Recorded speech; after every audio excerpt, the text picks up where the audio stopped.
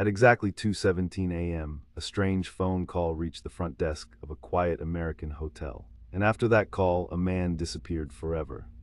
His room door was locked from the inside, but when staff opened it, there was no one inside. And the most terrifying part, on the wall, written in blood, were the words, "I will come back."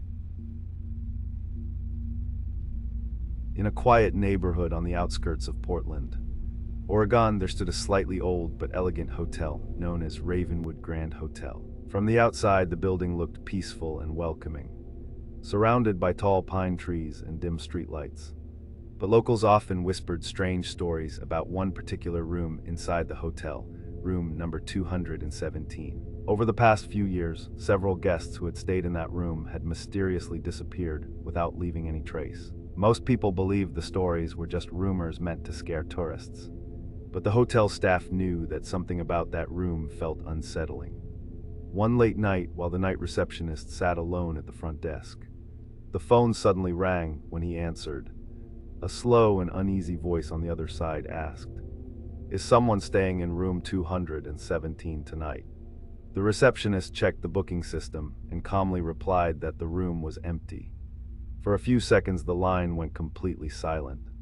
Then the voice quietly said, "That's strange, because I can see someone standing there." Before the receptionist could respond, the call suddenly disconnected. A cold shiver ran through him as his eyes slowly moved toward the dark hallway leading to room 217.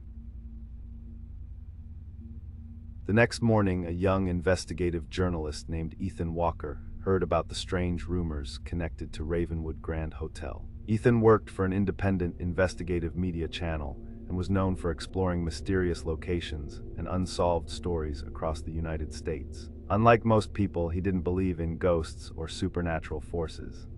He believed that every mystery had a logical explanation hidden somewhere beneath fear and rumors. When Ethan learned that several guests had disappeared after staying in the same hotel room, his curiosity immediately pushed him to investigate the story personally. Later that evening, he drove to Ravenwood Grand Hotel and walked into the quiet lobby. He approached the front desk and confidently asked the manager for room number 217. As soon as the manager heard the room number, his expression changed slightly, and he tried to convince Ethan to take another room instead. But Ethan simply smiled and said that strange stories were exactly the reason he was there. After a few seconds of hesitation, the manager slowly handed him the key to room 217. Around 11 p.m., Ethan stood in the dimly lit corridor outside room 217. The hallway felt unusually quiet, and most of the other rooms on that floor appeared to be empty.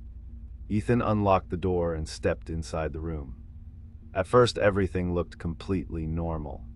There was a neatly made bed, a wooden dresser, a small desk, and a window overlooking the nearly deserted street below. However, the room carried a strange, cold feeling that Ethan couldn't quite explain, as if the air itself held some kind of tension. Determined to document everything, Ethan set up his camera to record the entire night. As he began speaking to the camera and explaining the mysterious reputation of the room, something unexpected happened. Without anyone touching it, the door behind him suddenly slammed shut with a loud bang. Ethan turned around immediately and tried the handle, only to realize that the door had somehow locked from the inside. A few minutes after the door slammed shut, Ethan started hearing a faint tapping sound somewhere in the room. At first, he assumed it was coming from outside in the hallway, but when he listened more carefully, he realized the sound was actually coming from one of the walls. The tapping repeated slowly, almost like someone was knocking from the other side. Curious but slightly uneasy, Ethan walked closer to the wall and placed his ear against it. For a brief moment, he heard nothing. Then suddenly, from deep within the wall, he heard a faint whisper that sent chills through his body. The whisper said only 3 desperate words: "Please help me." Despite the growing tension in the room, Ethan's investigative instincts pushed him to examine the wall more closely. He turned on his flashlight and carefully inspected the surface until he noticed a small crack hidden beneath the old paint. When he pressed against it, a piece of plaster broke loose and fell to the floor. Inside the narrow opening, he discovered an old, dusty diary that looked like it had been hidden there for years. The name written on the first page was Michael Carter. At the top of the page, there was a message written in shaky handwriting that immediately made Ethan uncomfortable. It said, "If someone finds this diary, it probably means I never made it out of this room." As Ethan read further into the diary, he discovered that Michael Carter had stayed in the same room several years earlier while traveling through Oregon. According to the diary, Michael began hearing strange sounds every night, including footsteps in the hallway even when the floor was completely empty. He wrote about scratching noises coming from inside the walls and a constant feeling that someone was watching him from somewhere in the room. One night, Michael described seeing a dark figure standing behind him in the mirror. But when he turned around, the room was completely empty.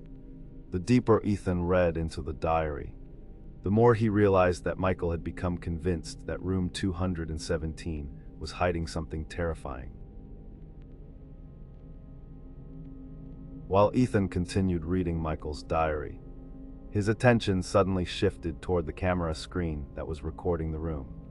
On the small display, he noticed something disturbing.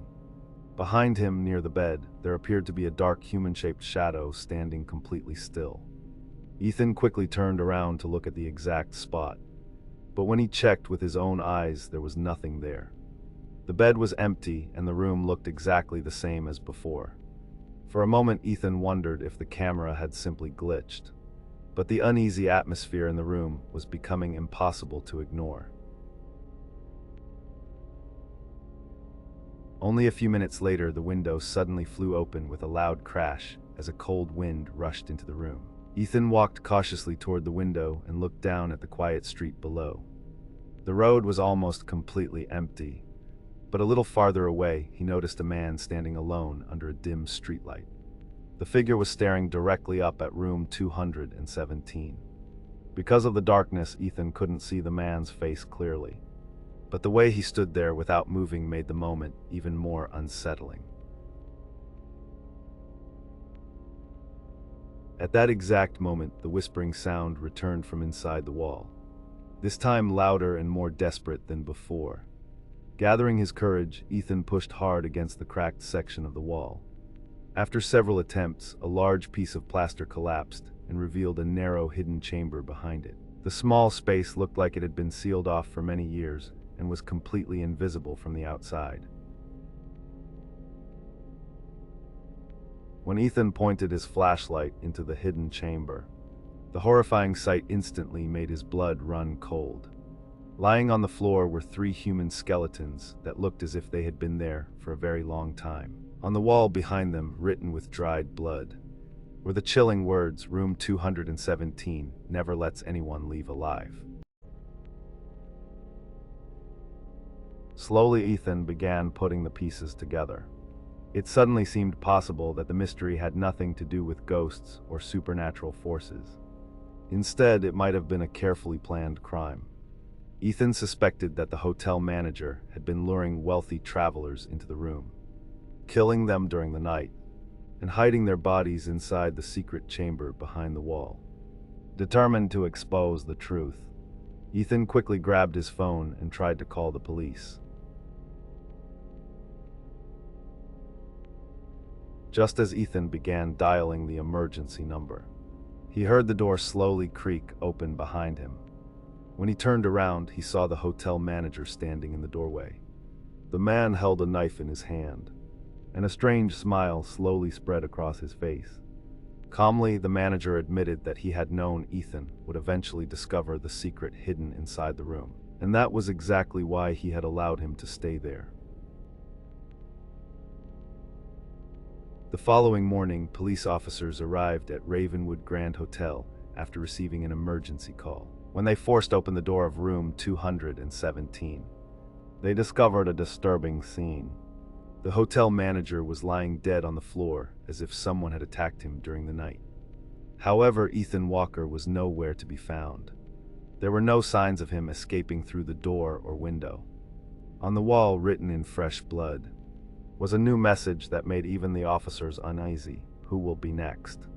Shortly after the incident, Ravenwood Grand Hotel was permanently closed.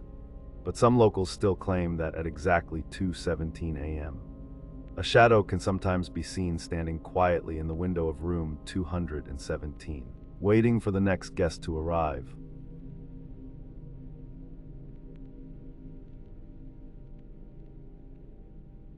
So, did you figure out who the criminal was before the end of the story? Let me know your guess in the comments below. And if you enjoyed this mystery, make sure to like the video and subscribe to the channel for more crime and suspense stories.